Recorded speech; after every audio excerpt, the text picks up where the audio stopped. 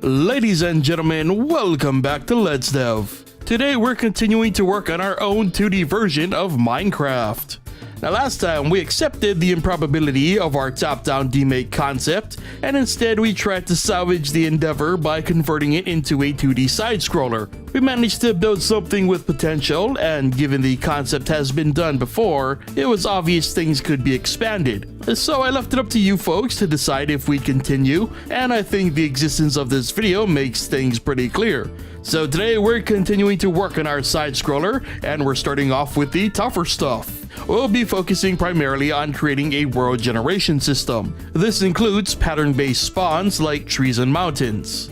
That is one hefty plan, but I believe in us, so let's get to the coding.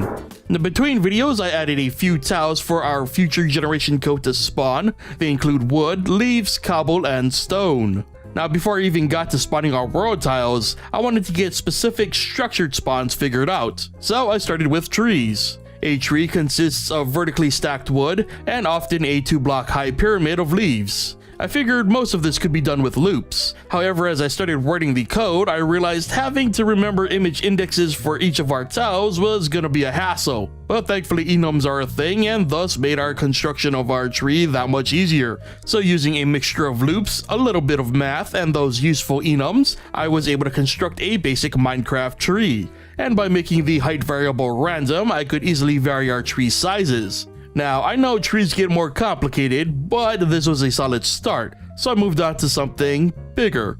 I wanted to try creating mountains, and so I started with a nested loop to create a large block of dirt. So far so good. And it's here for some reason I completely blanked on how to create triangles using nested loops. So I thought this would be a good time to try some alternatives. And yeah, they weren't very successful, though I will say that there were some interesting results that may come back for other generation purposes. Eventually I decided to move on from the mountain code for now and try again later.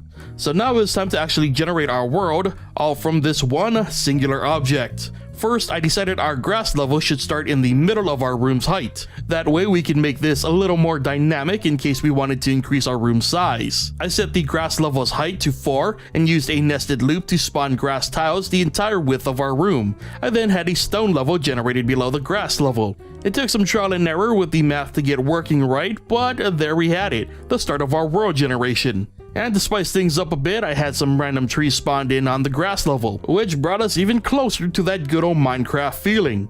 I should also note that I kinda broke block behavior here because I ended up spawning the cursor object twice, which really confused the tile behavior code.